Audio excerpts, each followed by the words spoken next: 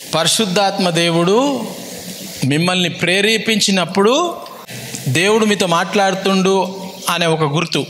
భయం అవుతుంది, నాకు ముంగడ పోవాలా, భయం అవుతుంది అంటే ప్రార్థన చేయాలి. పరిశుద్ధాత్మ దేవుడు వచ్చినప్పుడు భయం ఉంటుందా?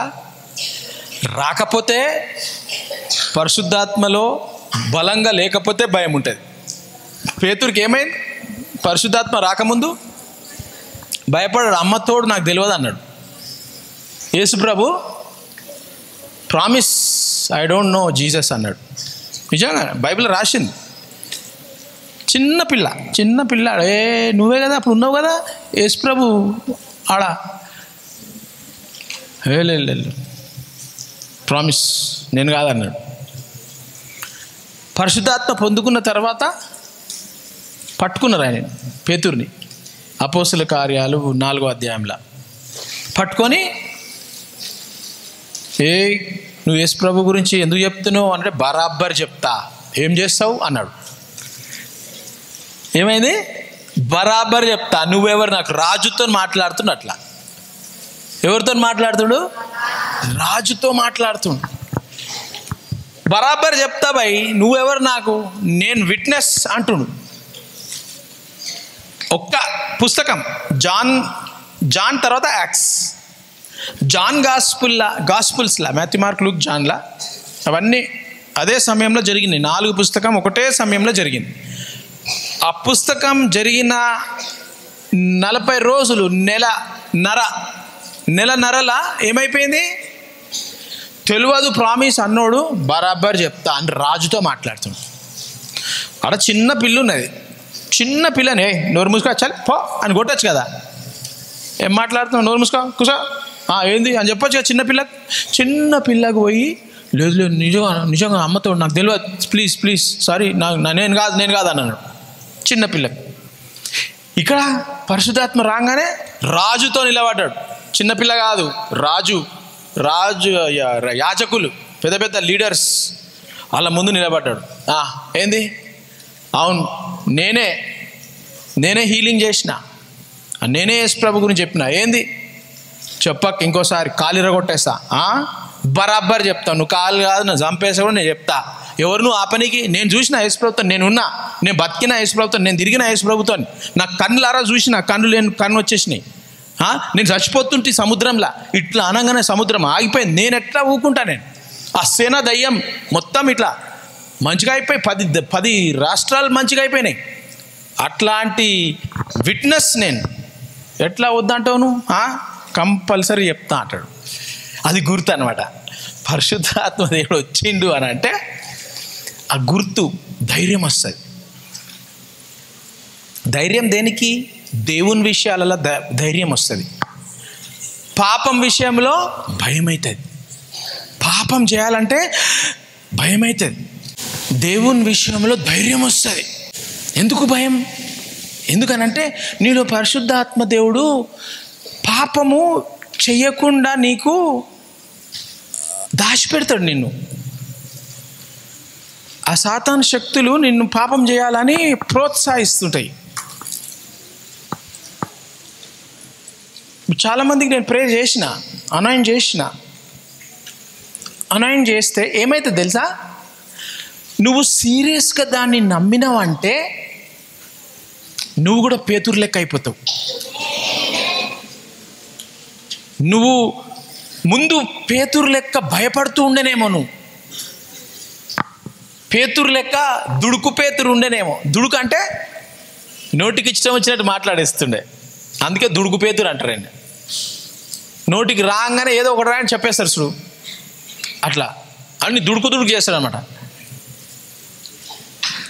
ఆలోచన చేయరు, వాళ్ళను దుడుకు అంటారు. మన జీవితం కూడా పరిశుద్ధాత్మ దేవుడు లేనప్పుడు అట్లా లైఫ్ అంతా షేకీ ఉంటుంది. అసలు హోప్ ఉండదు, శాంతి ఉండదు. ఫ్యూచర్ ఏంది, మన ఏంటి ఇట్లా అవుతుంది, ఏం సంగతి అని అట్లా ఉంటుంది. ఎప్పుడైతే పరిశుద్ధాత్మ దేవుడు రాగానే నీ జీవితం పరిశుద్ధంగా అయిపోతుంది. నువ్వు పాపం చేయకుండా నిన్ను పరిశుద్ధాత్మ దేవుడు హెల్ప్ చేస్తాడు. నిన్ను నేను ఎన్నుకున్నా, అది ఎప్పుడు నువ్వు నమ్మితే.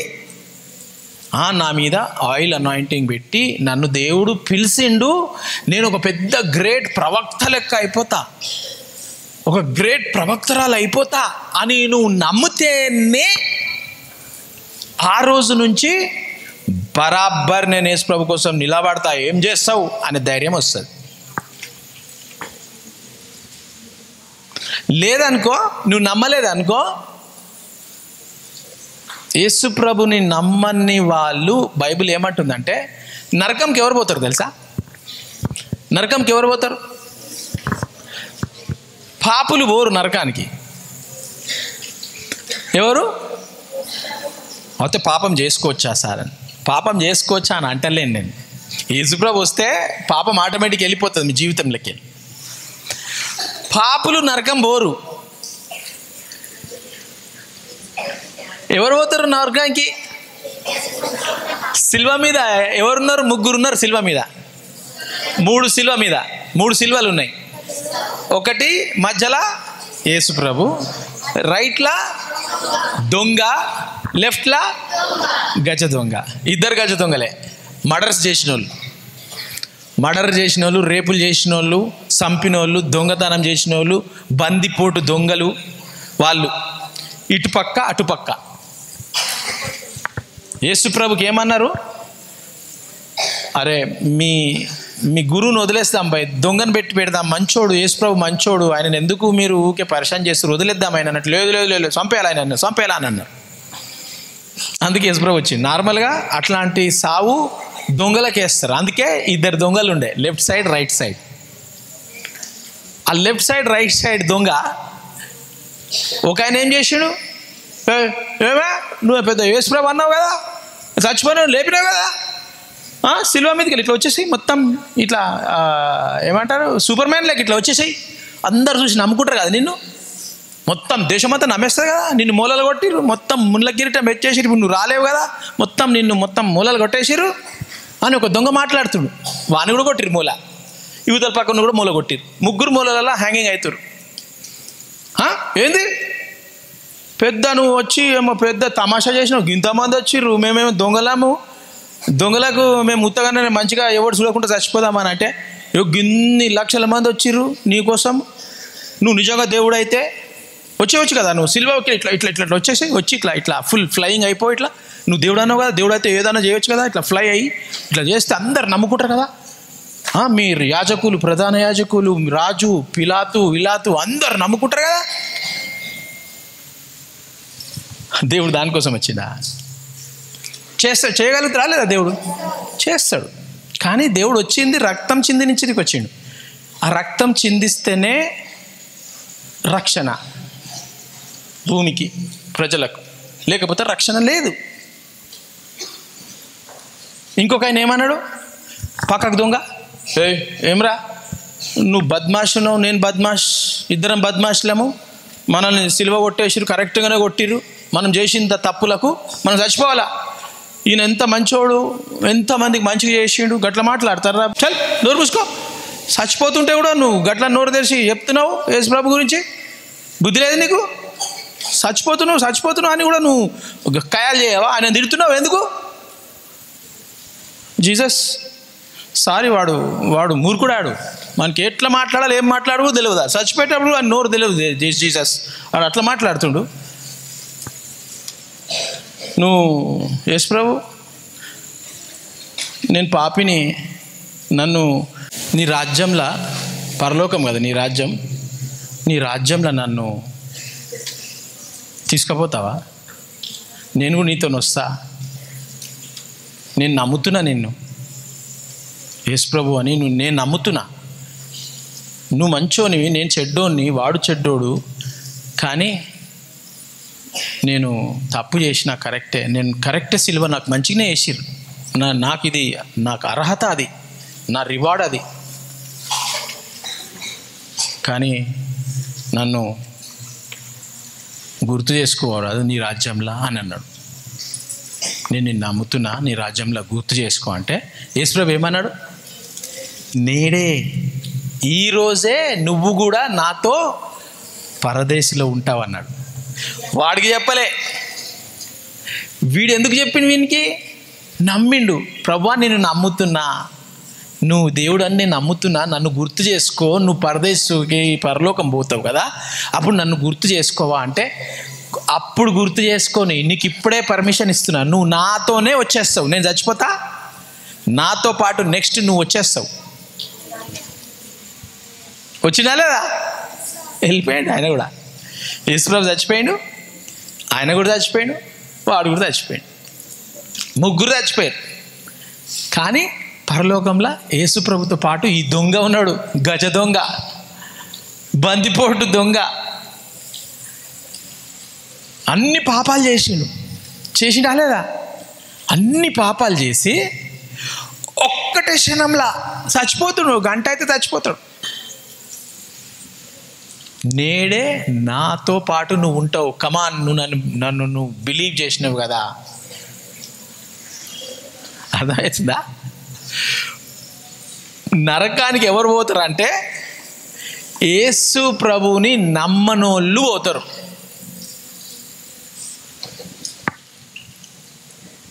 యేసు ప్రభు మాట, యేసు ప్రభు వాక్యం ఉంది కదా, దానిని నమ్మనోళ్ళు పోతారు.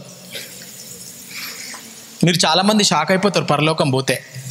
అరే అమ్మా, నేను అనుకున్నా నువ్వు హిందూ అనుకున్నా, నువ్వు ముస్లిం అనుకున్నా, నువ్వు ఇది అనుకున్నా అంటే, నేను యేసుప్రభు నమ్ముకున్నా. వాళ్ళందరూ వస్తారు పరలోకానికి, అందరు షాక్ అయిపోతారు. ఈ భూలోకంలో నువ్వు పాపాలు చేస్తావు, అయిపోతుంది, తెలిసి అవుతుంది, తెలియకుండా అవుతుందేమో, కానీ పరిశుద్ధాత్మ దేవుడు నిన్ను కాపాడుతాడు. పాపం చేయకుండా కాపాడుతాడు ఈ భూమి మీద.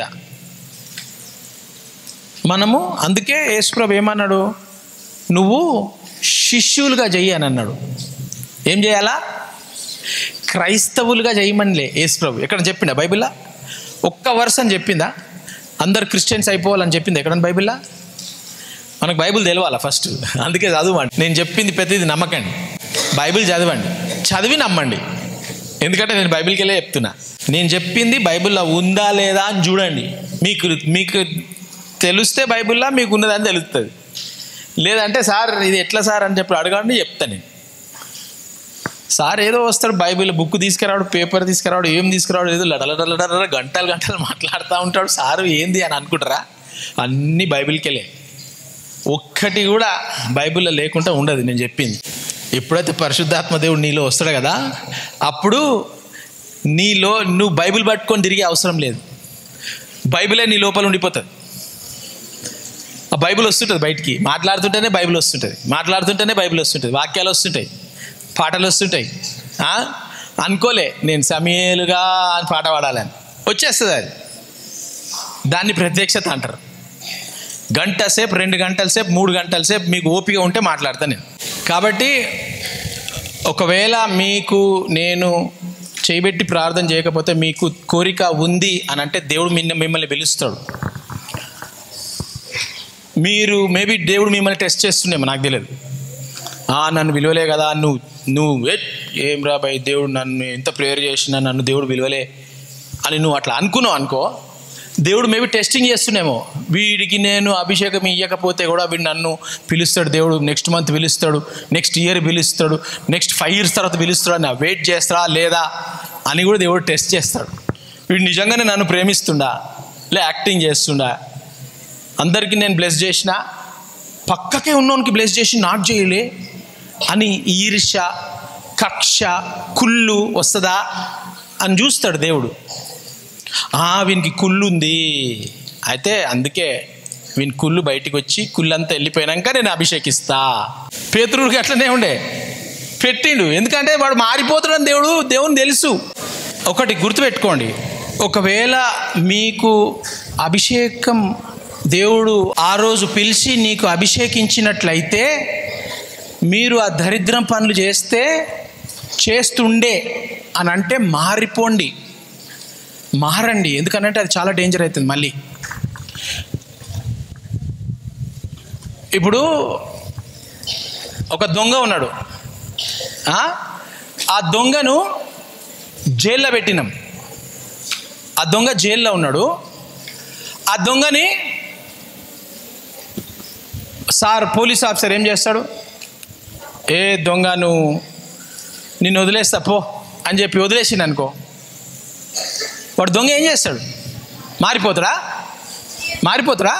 దానికంటే మళ్ళీ ఇంకా పెద్దగా చేస్తాడు. ఎందుకు? జైల్ ఆఫీసర్ నా ఫ్రెండ్, నేను పోతే మళ్ళీ వదిలేస్తాడు నన్ను. నేను జైలుకి పోతే కూడా లోపల నాకు సెల్ ఫోన్ ఇస్తాడు, నాకు బిర్యానీ పెడతాడు, అందరికంటే సపరేట్గా నన్ను తీసుకపోయి పెడతాడు, చేస్తాడు. రాత్రిలో అందరు వండుకున్నప్పుడు నన్ను బయటికి వదిలేస్తాడు. పొద్దుగాల 4 గంటలకు మళ్ళీ నన్ను లోపల పెట్టేస్తాడు. మా దోస్తే జైలు ఆఫీసర్. ఏమవుతుంది? వాడు ఒక్క మర్డర్ చేసి రాత్రి పోయి ఆయన శత్రువులు ఎవరెవరు ఉంటారు మంచోళ్ళు అందరు 10 మందిని వేసేస్తాడు. 10 మందిని వేసేసి లోపలికి వస్తాడు. ఎవరు చంపిండు అంటే రాత్రి ఏదో ఒక ముసుగులు వచ్చింది, వచ్చి చంపేసి వెళ్ళిపోయింది. ఎటు చంపేసాను? వాడు జైలు ఉన్నాడు. ఎవరు తెలియదు. సార్ నేను జైలు ఉన్నా సార్, నేను ఎటు చంపేస్తా? ఎప్పుడైతే నీ మీద అభిషేకం పడుతుందో నువ్వు మారకుండా అడ్డమైన లెక్కలు చేస్తూ ఉంటే దొంగ నుంచి గజ దొంగ అయిపోతావు. చాలా సీరియస్గా తీసుకోండి.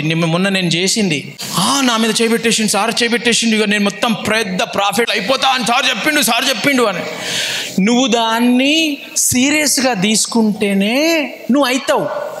సీరియస్గా తీసుకోకుండా నువ్వు ఆ అభిషేకాన్ని తీసుకొని నువ్వు అని పోయినావు అనుకో, ఏమవుతుంది? ఆ జైళ్ళ దొంగ లెక్క నువ్వు బయటికి పోయినాక సాతాను శక్తులు నిన్ను వాడుకుంటాయి. నువ్వు ఎప్పుడైతే అభిషేకాన్ని తృణీకరిస్తావో అప్పుడు ఏమైపోతుంది? దయ్యం శక్తులు వచ్చేస్తాయి. నేను చెప్పిన అభిషేకాన్ని నువ్వు సీరియస్ తీసుకోలే, నాకు వద్దిది అది ఇది అని అన్నావు అనుకో, అది రివర్స్ అయిపోయి ప్రాబ్లం అవుతుంది. సౌలు రాజుకి ఏమైంది?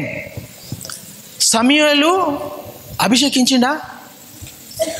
ఫస్ట్ రాజు, ఇజ్రాయెల్కి ఫస్ట్ రాజు సౌలు రాజు. యేసు ప్రభు పేరు ఏముండాలి తెలుసా? దావీదు కుమారుడు యేసుక్రీస్తు అని పేరు ఇప్పుడు యేసు ప్రభుకి. కానీ యేసు ప్రభు పేరు ఏముండాలంటే సౌలు కుమారుడు యేసుక్రీస్తు అని ఉండాల. ఎందుకు సౌలు కుమారుడు అని రాలే? సౌలు ఎప్పుడైతే పాపం చేసిండు, ఎప్పుడు చేసిన పాపం? అభిషేకం ఫుల్, ఫస్ట్ రాజు ఇజ్రాయెల్కి అభిషేకించి సమూయేలు రాజే సమూయేలు ప్రవక్త అభిషేకించి ఆయనను పెడితే ఆయన ఏం చేసిండు? దేవుడా ప్రవక్తనా, నేనే గ్రేట్, నాకంటే ఎవడు గ్రేట్ లేదు, చల్ అవసరం లేదు. ఆయన సమూయేలు అయితే వస్తాడు, ఇదే టైంకి రావాలా? చీకటి ఆయన తెలియదా? ఆయనకు టైంకి రావాలని తెలియదా? రాజు కొంతమంది ఉంటారు కదా, పండుకున్న బ్యాచ్, తిని పండుకున్న బ్యాచ్. వాళ్ళు రాజు ఏం కాదు, నీ మీద అభిషేకం ఉంది కదా, ఆయననే కదా పోసిండు అనాయింటింగ్. ఆ అనాయింటింగ్తో నువ్వే చేసేయి. ఎవరు చేయాలా పని? ప్రవక్త చేయాలి. ప్రవక్త చేసే పని రాజు చేయొద్దు.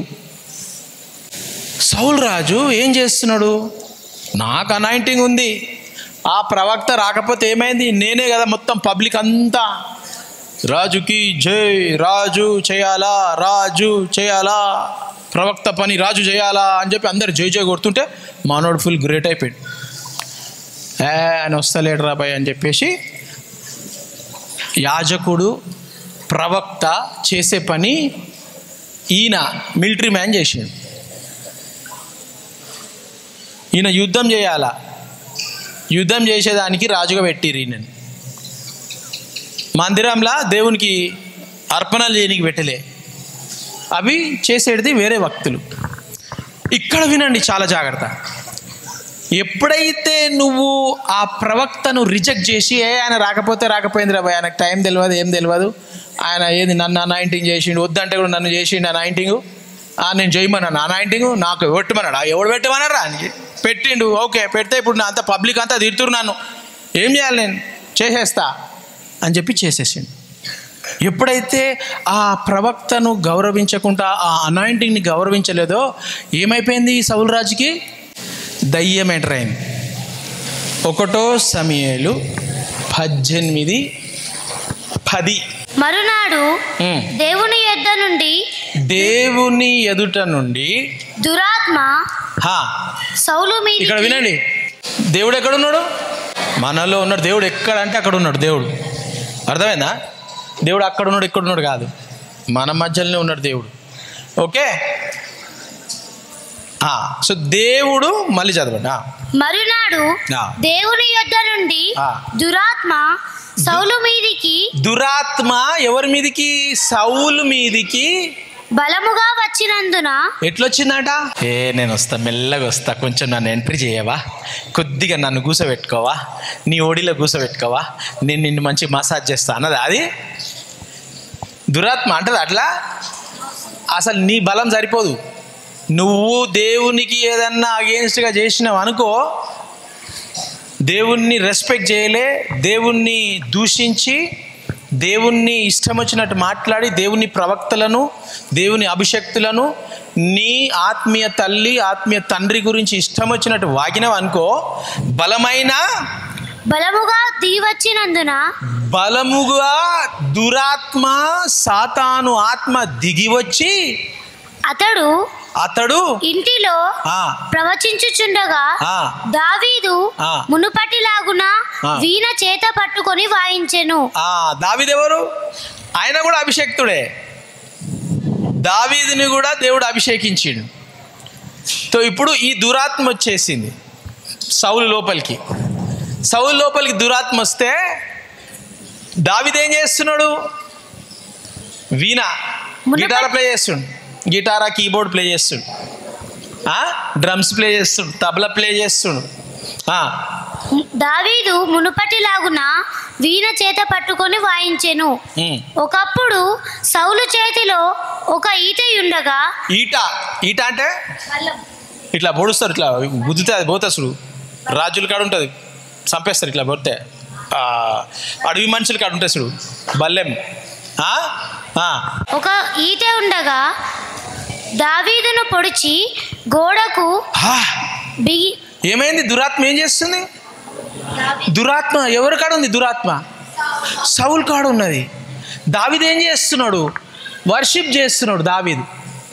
దావీదు ఏం చేస్తున్నాడు? చాలా జాగ్రత్తగా ఉన్నారు వర్షిప్ చేసేటోళ్ళు. టీం అంతా వర్షిపర్స్, మ్యూజిషియన్స్, ఎవరెవరైతే టీంలో ఉండాలనుకుంటారో. దురాత్మ దావీదు గిటార్ ప్లే చేస్తుంటే దురాత్మ, సౌల్లో ఉన్న దురాత్మ ఏం చేసింది? పక్కనే ఈట, ఆ బల్లెం ఉన్నది, తీసి ఏమంటుంది? దావీదును పొడిచి గోడకు బిగించిదని అనుకోండి. ఇట్లా కొడితే ఆ బల్లెం ఇట్లా తాకిందని అంటే ఇట్లా పోయి గోడకు కూడా ఇట్లా ఏమంటారు, గోడకు కూడా వచ్చేస్తుంది బల్లెం. అంత షార్ప్ బల్లెం అనమాట. కస్మని గుచ్చేసి ఇట్లా కొన్ని సినిమాలలో చూపిస్తారు కదా, ఇట్లా కళ ఇట్లా వేలాడుతుంటాడు. అట్లా గుచ్చేద్దామని చెప్పేసి సౌలులో దురాత్మ. సౌలు మీద అభిషేకం ఉందా? ప్రవక్త అభిషేకం చేసిండు, కానీ ఆ అభిషేకాన్ని రిజెక్ట్ చేసేసి, చల్ నాకు వద్దు, యేసుప్రభు వద్దు, యేసుప్రభు దేవుడే వద్దు, యేసుప్రభు లేడు, ఏమో పెద్ద యాక్టింగ్లు చేస్తారు వీళ్ళు అని చెప్పి సౌలు దావీదుని పొడిచి చంపేయాలా, గోడకు బిగించుదని అనుకొని సౌలు ఆ ఈటెను విసిరెను. చాలా జాగ్రత్తగా మ్యూజిషియన్స్, సింగింగ్ టీము, వర్షిపర్స్, మీరు వర్షిప్ చేస్తుంటే మజాక్ కాదు, దయ్యాలు వస్తాయి. పొడిచేద్దామని ఏమొస్తాయి? దయ్యాలు వస్తాయి. మజాక్ కాదు. వర్షిప్ అని అంటే మజాక్ కాదు. నేను ఎందుకు ఇక్కడికి వచ్చి నాకు ఇట్లా పరిశుద్ధమైన కోపం వచ్చేస్తూ ఉంటుంది అప్పుడప్పుడు. ఎందుకనంటే అసలు వర్షిప్ కాడ దేవుడు ఒప్పుకోడు. అసలు ఆరాధన కాడ దయ్యం ఉండదు. దయ్యంని తీసి పడేసిండు దేవుడు. పరలోకంలా లూసిఫర్, వాని పేరు ప్రధాన దూత లూసిఫర్,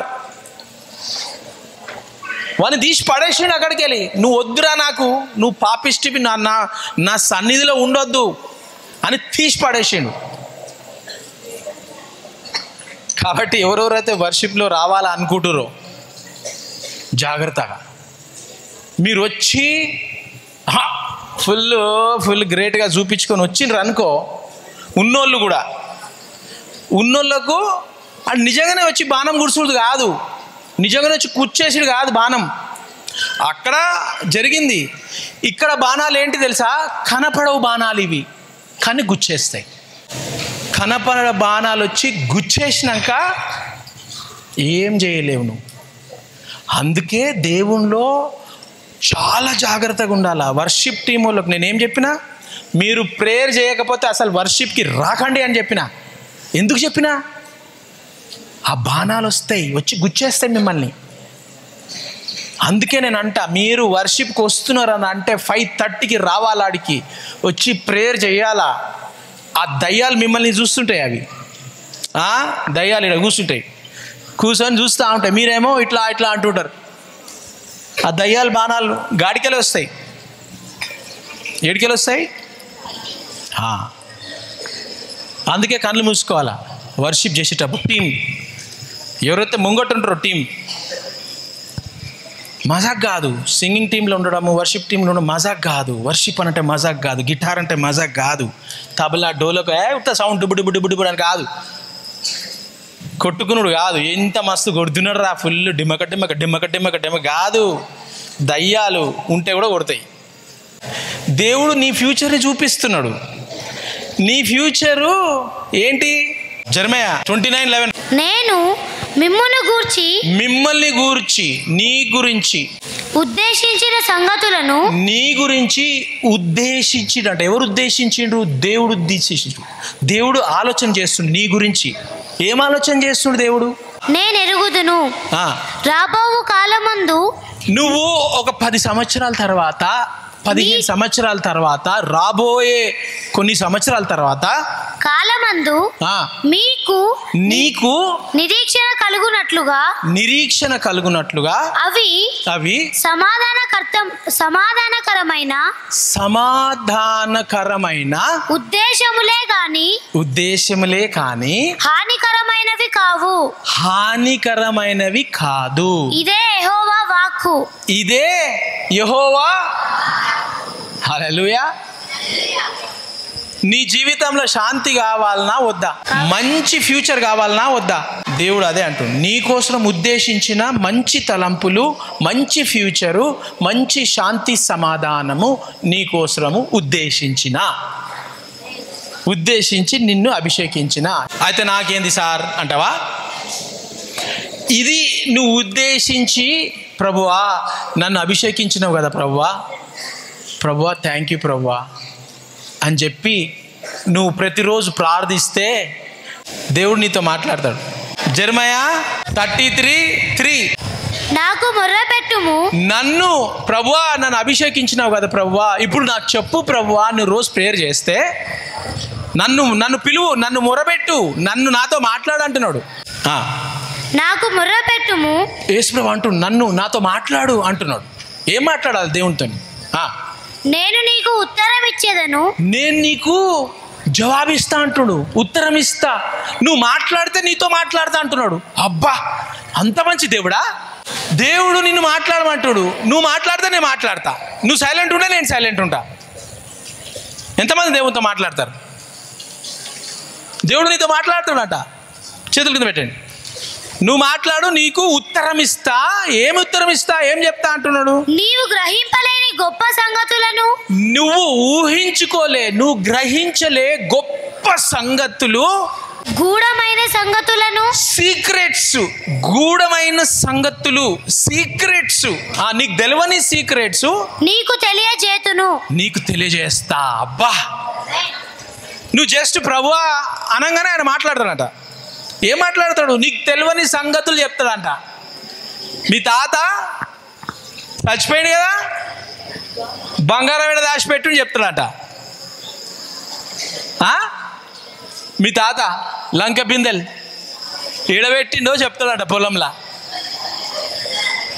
దేవుడు చెప్తాడంట, మీ అవ్వనేమో మీ నాయన మీ అమ్మ దేవులాడుతురు, ఎడబెట్టిండు, ఇంత బంగారం ఉండే ఇంట్లో దాచిపెట్టిండు. పోతా ఉంటే నడుచుకుంటూ టక్మని చచ్చిపోయిండు రోడ్డు మీద. సాయంత్రం వచ్చి చెప్తా అన్నాడు ఇంటికి ఏడున్నాయో అని. సాయంత్రం ఇంటికి రాకముందే గంట ముందు అక్కడ చచ్చిపోయిండు. బంగారం పోయినవురా, నువ్వు బంగారం చెప్పి చెబితే వెళ్ళిపోతుండే కదరా, నాకు ఎందుకు పోయినవురా, నువ్వు పరిచయం చేసినావు, చచ్చిపోయినా బాధలేదు. దేవుడు ఏమంటున్నాడంట, నీకు తెలియని విషయాలు, సీక్రెట్స్, నీకు గ్రహింపలేని గొప్ప సంగతులను, నీకు తెలియనిది, నీ గ్రహించలేని, నీకు అర్థం కాని విషయాలన్నీ, గూఢమైన సంగతులను నీకు తెలియజేసును. దేవుడు నిన్ను అభిషేకించి నిన్ను పిలిచి నీకు శాంతికరమైన మంచి ఉద్దేశాలు, మంచి విషయాలు, నీకు సీక్రెట్స్, నీకు తెలియని విషయాలు, మంచి భవిష్యత్తును దేవుడు 10 సంవత్సరాల తర్వాత ఇస్తా అని చెప్పిన కార్యము జరిగింది. దీనిని మీరు రిసీవ్ చేసుకుంటే బ్లెస్ అవుతారు. రిసీవ్ చేసుకోకుండా దాన్ని తృణీకరించి మజాగా ఆడుకుంటా పవిత్రంగా లేకుండా ఇవన్నీ చేస్తే ఏమవుతుందని అంటే పొడిచేస్తాయి. పొడిచేస్తాయనంటే నీ జీవితము నువ్వు 1 ఇయర్లోకి ఈ స్థాయికి రావాలా, ఆ స్థాయికి 15 సంవత్సరాలు అవుతుంది రానికి.